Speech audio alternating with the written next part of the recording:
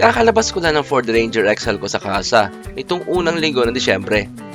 At dahil base model nga ito, napaka-bare at medyo maraming kailangang i-upgrade para mas lalong pumogi. Kita naman sa video na naka-steel rims pa siya. Kaya ano pa bang dapat gawin? Kundi ang i-upgrade sa off-road mags and tires. So ayun nga, naghanap ako ng pinaka-best deal at mapagkakatiwalaang tindahan ng mga mags at gulong at nahanap ko nga itong si Jacobs Mags and Tires na matatagpuan sa Bagong Pantay, Project 8, Quezon City.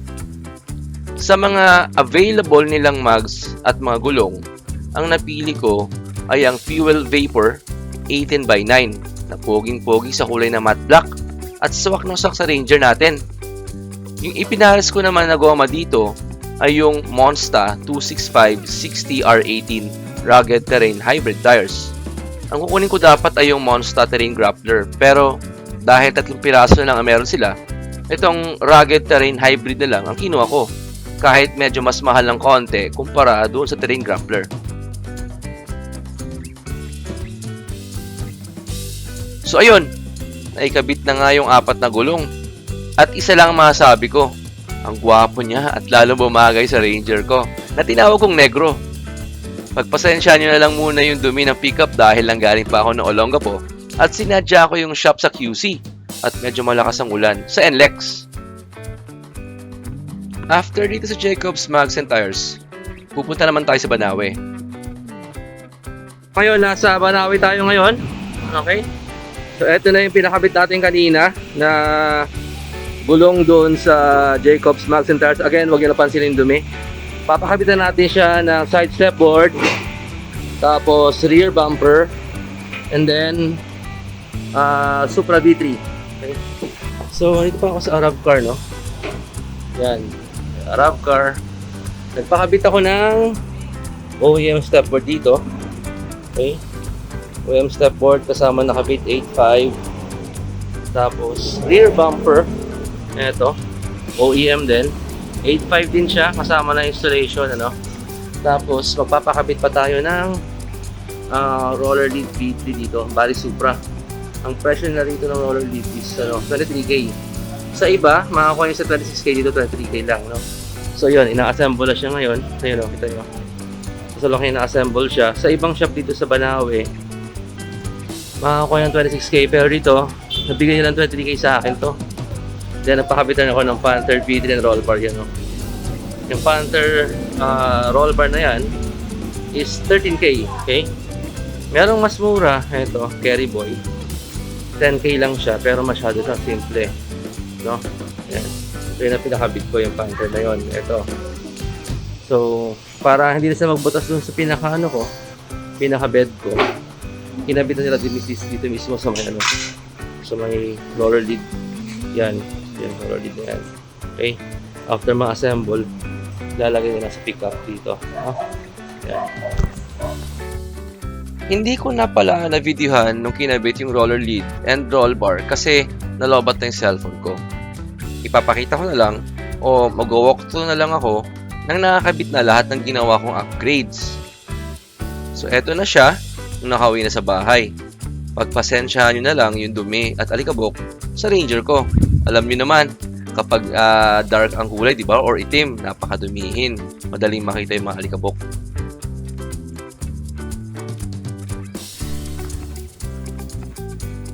So, yung kinuha ko palang roller lid again, yung Supra roller lid V3. Yan siya. Kagandahan nito, pasensya nyo na alikabok na medyo malikabok sa bahay. Kagandahan itong V3 is naka-combinational lock na siya. So, hindi mo na kailangan ng susi, hindi mo na kailangan problemahin kung saan mo ilalagay yung susi. So, tandaan mo lang yung combination niya. That's it. And then, yun na. So, ang kagandahan din ito, since integrated siya sa ating tailgate, ito kahit na wala siyang lock, the moment na nakalock to, hindi mo natin mabuksan basta-basta, di ba? So, medyo safe na siyang ibiyahe or itakbo sa Manila. Lalo na doon sa mga lugar na maraming mga batang hamog, no? So, hindi na basta-basta mabuksan yung tailgate natin tsaka yung laman ng ating bed. Hindi na basta-basta makukuha, no? So, assuming naka-unlock na siya, press nyo lang to. That's the first stage, no? Tapos, second stage, buksan nyo ulit to. That's it. Ito siya kaganda. Then meron siyang tali, no? Kasi yung tali niya, andito naman. So, pwede hilain yung tali mamaya. Kaya pakita ko mamaya yan. So, sa ating tailgate naman, nilagyan ko siya ng tailgate assist or damper. So, normally, napakabigat to. Pero pag binuksan mo siya, dahan-dahan na siyang bababa, no? So, kinabitan ko siya itong GT Pro tailgate assist. Okay? So, eto, nakuha ko to ng 1.2. 2 piraso na siya kay Lazada. Actually, I think 1.3 yata yan. Naka-promo lang siya. Nakuha ko na voucher. So, nakuha ko lang siya ng 1.180, ano? And then, 2 piraso yan. Since dito, walang kabitan dito. So, isa lang ginabit ko. Actually, isa lang kaya na, no? Yung isang piraso niya, nakatabi, gagawin ko siyang backup. So, ito nga pa sabi kong tali, panghila ng roller lead V3. Pwede siyang hilain. Yan yung first stage niya. Tapos, lock natin dito. Yan. Then, finally, lock natin. Yan. Safe na siya, no? So, pag ginanyan mo yan, hindi naman siya bubuksan basta-basta. Okay? So, yan yung aking upgraded Ford Ranger XL 4x4 manual transmission, no? So, in-upgrade ko na yung gulong, mags and tires. Meron na siyang step board. Meron na siyang rear bumper. Nilagyan ko ng Supra roller lead V3. Nilagyan ko siya nitong Panther roll bar. Then nilagyan ko siya ng nitong yung mga yan, tawag nga ba rito, garnish set, no? So meron sa taillight, dito sa gas tank cover, then sa ating handle, yan, meron siyang cover, tsaka dito para iwas gas. Meron din siyang cover dito sa ating side mirror, and of course meron siyang garnish para sa ating headlight, no? Then aside from that, additional upgrades ko, bumili din pala ako ng step seal, no?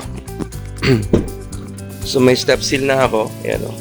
Step seal para iwas gas dito sa pag umaakit tayo from here to here, may step seal siya.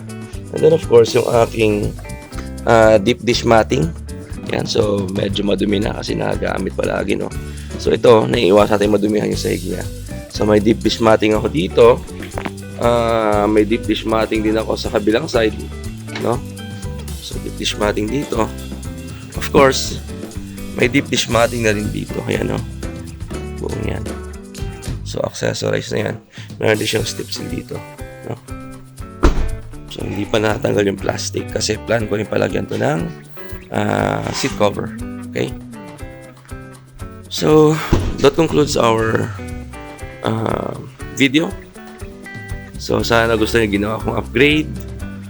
If you like this video, please like the video and consider subscribing to my channel. Okay. Thanks for watching and watch out for my next video. Pahabol lang na kaalaman. Ito pala yung mga upgrades na ginawa ko, saan ko nabili, at kung magkano ang bawat item.